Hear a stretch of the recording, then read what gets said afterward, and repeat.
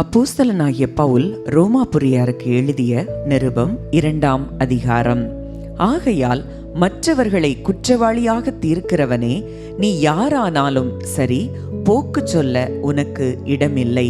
நீ குற்றமாக தீர்க்கிறவைகள் எவைகளோ அவைகளை நீயே செய்கிறபடியால் நீ மற்றவர்களை குறித்து சொல்லுகிற தீர்ப்பினாலே உன்னைத்தானே குற்றவாளியாக தீர்க்கிறாய்.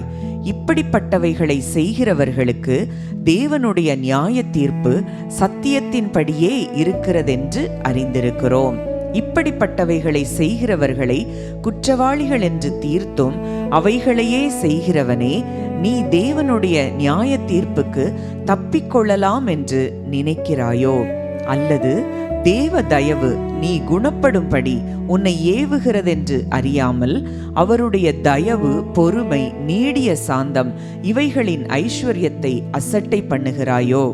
உன் மன கடினத்திற்கும் குணப்படாத இருதயத்திற்கும் ஏற்றபடி தேவனுடைய நீதியுள்ள தீர்ப்பு வெளிப்படும் கோபாக்கினை நாளிலே உனக்காக கோபாக்கினையை குவித்து கொள்ளுகிறாயே. தேவன் அவனவனுடைய கிரியைகளுக்கு தக்கதாய் அவனவனுக்கு பலனளிப்பார். சோர்ந்து போகாமல் நற்கிரியைகளை செய்து மகிமையையும் கனத்தையும் அழியாமையையும் தேடுகிறவர்களுக்கு நித்திய ஜீவனை அளிப்பார். சண்டைக்காரராயிருந்து சத்தியத்திற்கு கீழ்ப்படியாமல் அநியாயத்திற்கு கீழ்ப்படிந்திருக்கிறவர்களுக்கோ உக்கிர கோபாக்கினை வரும்.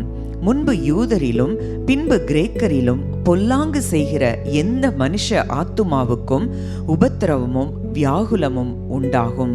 முன்பு யூதரிலும் பின்பு கிரேக்கரிலும் எவன் நன்மை செய்கிறானோ அவனுக்கு மகிமையும் கனமும் சமாதானமும் உண்டாகும். தேவனிடத்தில் பட்சபாதம் இல்லை. எவர்கள் நியாயப்பிரமாணம் இல்லாமல் பாவம் செய்கிறார்களோ அவர்கள் நியாயப்பிரமாணம் இல்லாமல் கெட்டு போவார்கள். எவர்கள் நியாயப்பிரமாணத்துக்கு உட்பட்டவர்களாய் பாவம் செய்கிறார்களோ அவர்கள் நியாயப்பிரமாணத்தினாலே ஆக்கினை தீர்ப்படைவார்கள்.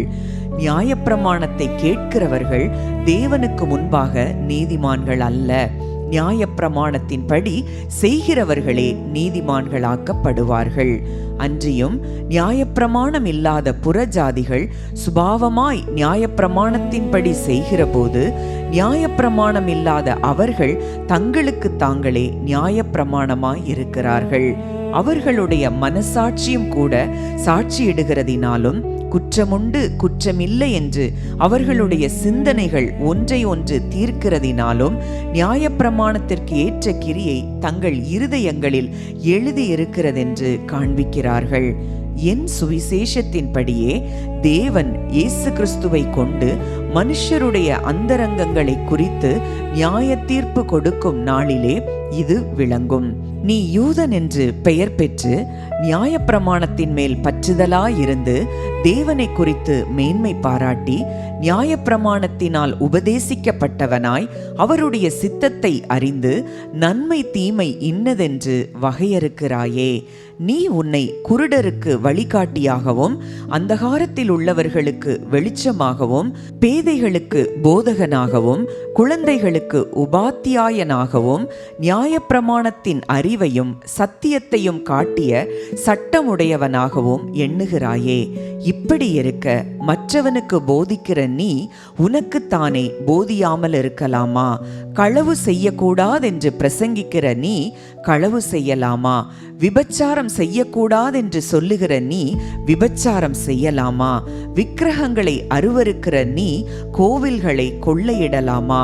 நியாயப்பிரமாணத்தை குறித்து மேன்மை பாராட்டுகிற நீ நியாயப்பிரமாணத்தை மீறி நடந்து தேவனை கனவீனம் பண்ணலாமா? எழுதியிருக்கிறபடி தேவனுடைய நாமம் புறஜாதிகளுக்குள்ளே உங்கள் மூலமாய் தூஷிக்கப்படுகிறதே. நீ நியாயப்பிரமாணத்தை கை கொண்டு நடந்தால் விருத்த சேதனம் பிரயோஜனம் உள்ளதுதான். நீ நியாயப்பிரமாணத்தை மீறி நடந்தால் உன் விருத்த சேதனம் இல்லாமையாயிற்றே. மேலும் விருத்த சேதனம் இல்லாதவன் நியாயப்பிரமாணத்துக்கேற்ற நீதிகளை கை கொண்டால் அவனுடைய விருத்த சேதனம் இல்லாமை விருத்த சேதனம் என்றெண்ணப்படும் அல்லவா? சுபாவத்தின்படி விருத்த சேதனம் இல்லாதவனாயிருந்தும் நியாயப்பிரமாணத்தை நிறைவேற்றுகிறவனாயிருந்தால் அவன் வேத எழுத்தும் விருத்த சேதனமும் உள்ளவனாயிருந்தும் நியாயப்பிரமாணத்தை மீறுகிற உன்னை குற்றப்படுத்துவான் அல்லவா? ஆதலால் புறம்பாக யூதனானவன் யூதன் அல்ல, புறம்பாக மாம்சத்தில் செய்யப்படும் விருத்த சேதனமும் விருத்த சேதனம் அல்ல. உள்ளத்தில் யூதனானவனே யூதன், எழுத்தின்படி உண்டாகாமல் ஆவியின்படி இருதயத்தில் உண்டாகும் விருத்த சேதனமே விருத்த சேதனம். இப்படிப்பட்டவனுக்குரிய புகழ்ச்சி மனுஷராலே அல்ல, தேவனாலே உண்டாயிருக்கிறது.